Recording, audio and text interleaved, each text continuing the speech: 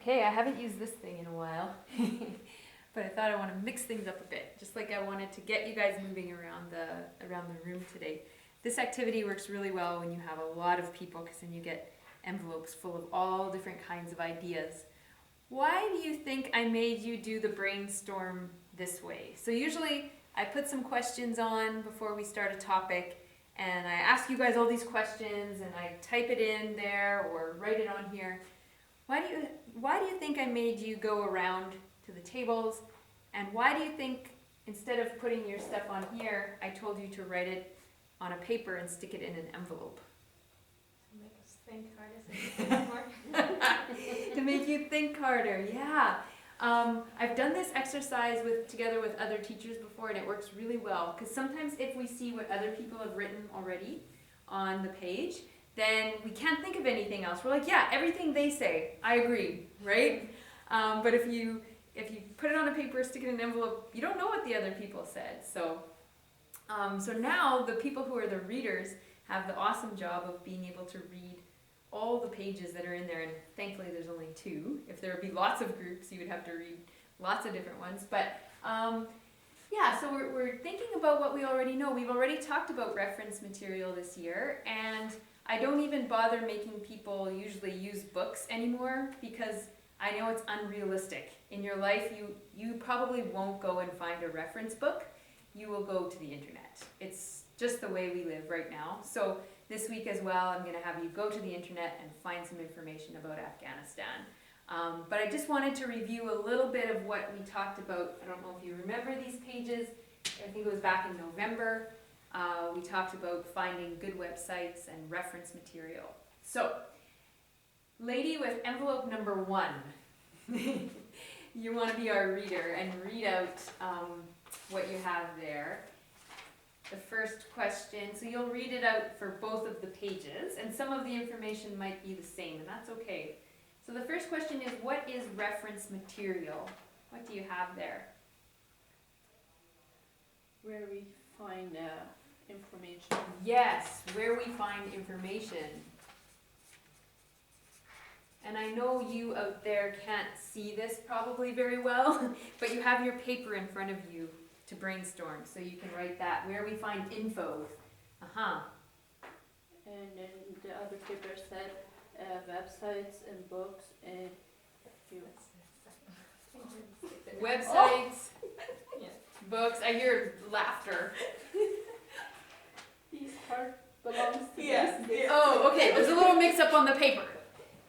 But websites and books, and you find information. Yeah, so basically information, right? Like Exactly. where we find information, for sure. Excellent, good. The next question is, what are some examples of reference books? And for those of you out there in the world, I have a big stack here. It's so fun. This is how I like to operate. Back in the olden days, we used to have to go and find these books, right? And if you go to a library, the reference section, you can't sign out the books. You can look at them there in the library, but often you can't sign them out. So what are some examples of reference books? A thesaurus. Thesaurus, yeah. What's a thesaurus? That's a book where they have many different words that you can look up how to write. Yeah, so if we've said happy 18 times in our writing, and we don't want to say happy anymore, we can look up happy in here and it'll say elated, jubilant, exuberant, all kinds of things, and we can try using a new word. Yeah, thesaurus, very good. Dictionaries. And maps. Maps. Google, cookbook, A book. about planning, Sure. and Planning books. Nobody said phone books. Does nobody use phone books anymore? Oh, barely. gone are the days, right? Phone books, yeah. Just Google the person name and the address. What's that? I say you just Google the person name. Okay, should I just do this? This isn't a reference book, but we think it is. If we're under 45, Google is a book. All right? But if you look here, I have atlases, which is a book of maps. I have a book of plant techniques here. I have a Manitoba encyclopedia. I have a first aid reference. It even says reference guide on it, where we can quickly look for for things. But we go to the computer, right? It's just the way we live. No, we don't even go to the computer. 45-year-olds go to the computer. Everybody else goes to their phone, right? Okay, wonderful. Any other examples of reference books there that we missed? So we have thesaurus, dictionaries, cookbook. We've got our crazy Google, which isn't really a book. Planning books, phone books, atlas. Atlas, yeah. Yeah. Good. And here we go, which reference tool do we use most often? Why do we need to be careful with this tool? The internet. Yes. The internet. And why do we need to be careful with it?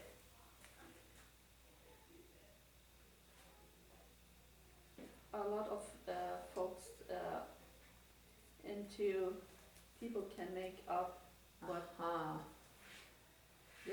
they want, whatever they want, Yeah. and make them look like facts. Yeah, made up content that looks like facts. Yeah. That is so true.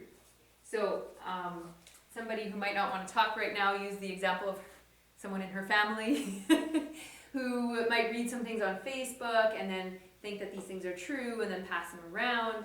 And it can be actually quite dangerous. Like all these different ideas get spread and we don't quite know what's true, right? Whereas if we have a book, see, that's why I say books.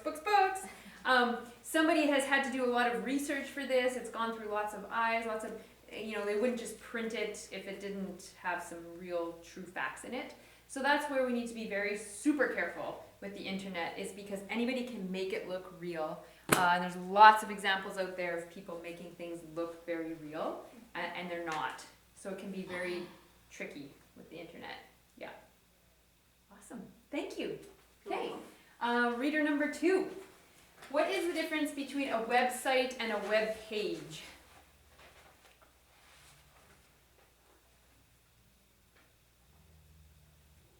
Website is the main platform. Okay. The main Web. platform. Mm-hmm.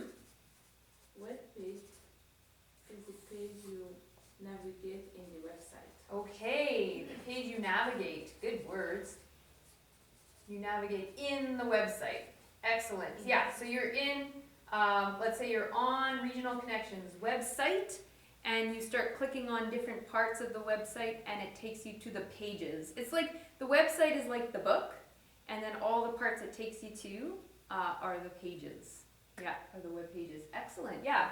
And here too, this is from the last time we did it. So it's one page of text or graphics viewed online, and a website is a collection of related web pages belonging to one organization or an organization or a person.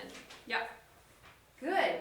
And how do we know if we can trust a website? So we just said here we need to be really careful. How do we know if it's real or not? So for example, all of us get that junk in our email. How do we know if it's real or not? What do you look for right away? If the website have the government, I know what word you're looking for. yeah. Because I couldn't remember it once when I was helping a student. I think it was it you, Natty? And I was like, what's that part called? Government domain. Yeah, Everybody say domain. Exactly. Domain. So domain is what comes after the dot. So if it's Yes. a government site, it'll say dot Or Gov. Yeah. dot org is organization. Dot .ca. CA is Canada, right? Oh, yeah. What is that other? PDN? PDF. Yeah. Oh, okay, yeah, PDF. That's another thing we know we can trust. That's the Because word that I was yeah, if it's a PDF file, usually it's something that, like an academic file that somebody has put together, more like a book. It's like posting part of a book. Yeah, so those are good ways to figure out if we look at the domain. What else? How else? Not full of ads. Not full of ads, yeah. Yeah. Now, some websites that are trustworthy will have ads. What kind of website that's still trustworthy would have a lot of ads? Can you think of one? Don't say Facebook. Because I know Facebook has less.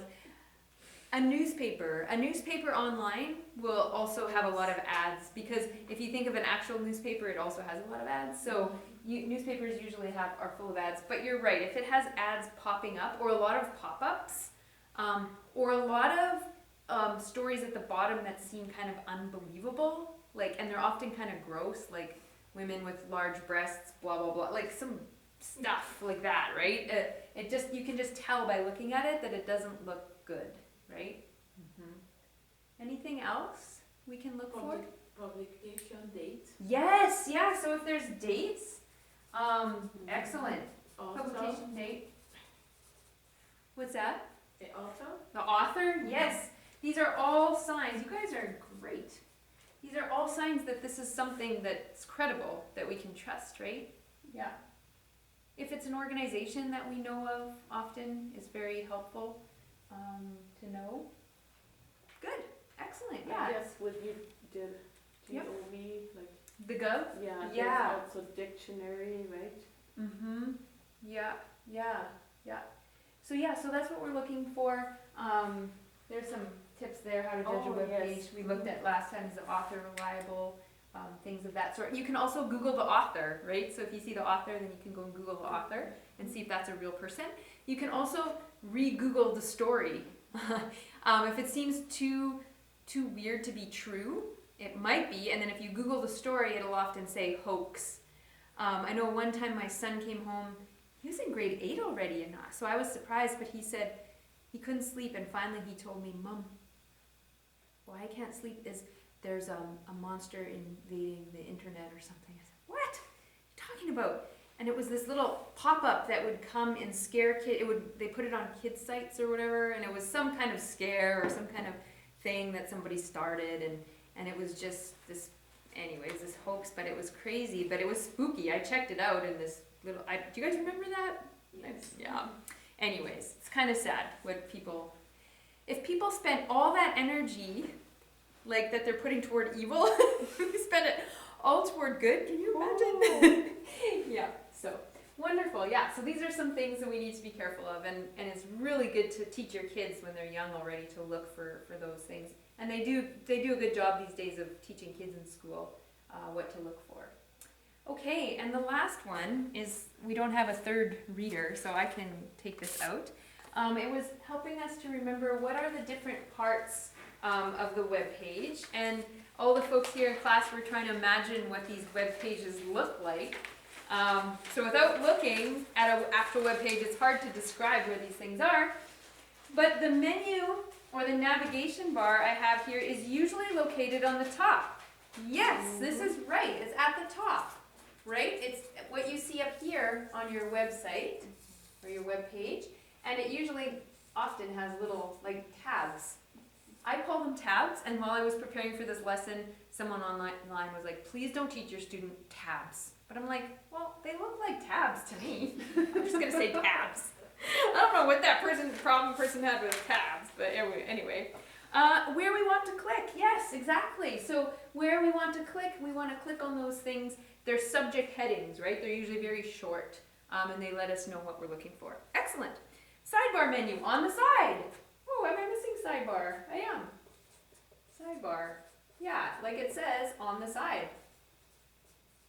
So we often have this main menu up here, and then we'll have a menu down the side as well. Or sometimes there's nothing here and it's over here, right? We have to kind of look for it. And this one has a question mark beside it. Yeah, so basically the same kind of idea. Sometimes you'll have one on the top and one on the side, just with different content, right?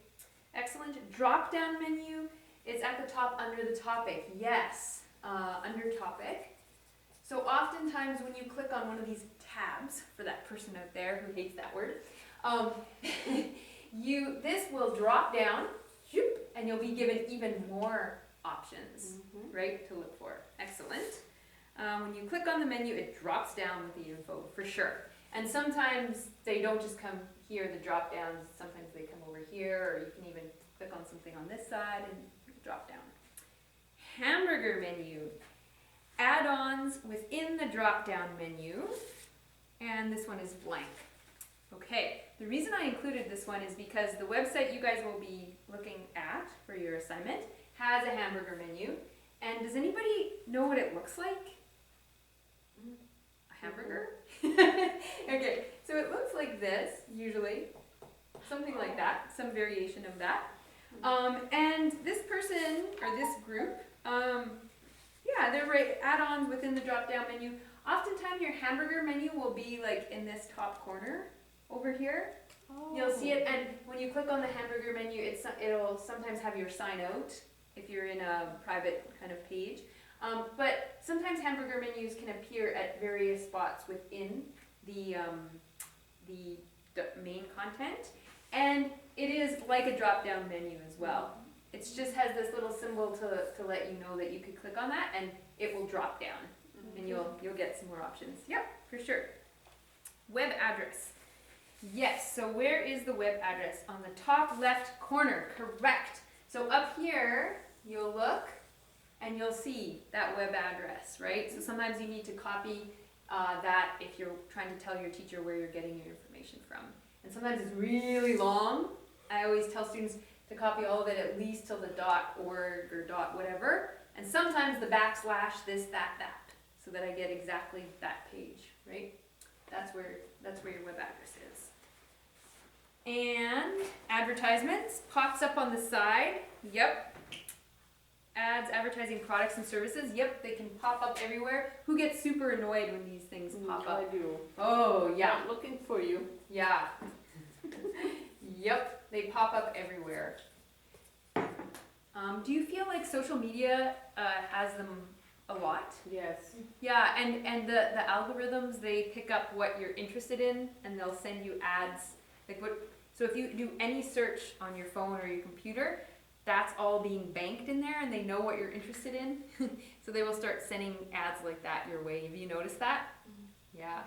So maybe Natty has all dog food, dog ads coming her way because she's been searching about how to train her hyper puppy. No, I'm not saying she's not hyper. She's just energetic, and that's natural. Okay. Links, web addresses to other sites or pages. Yes. Web addresses to other sites or pages. How do you know if something, or where do you find these links?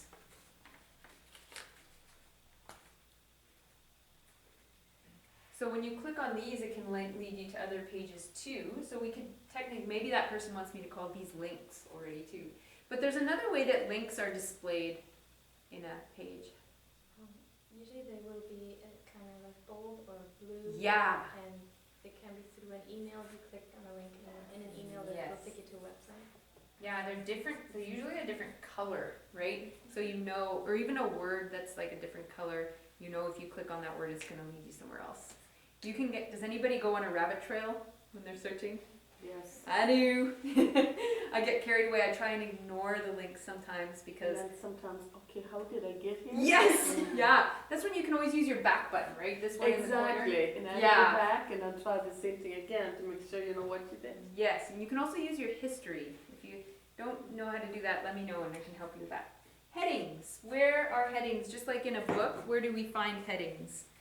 This person, this group said the info for the web page, like dates, author, etc. This is actually not what I'm thinking of. So for example, if I open up this book, I know I'm going to see headings. So on this page alone, I have 1, 2 headings, 3, 4, 5.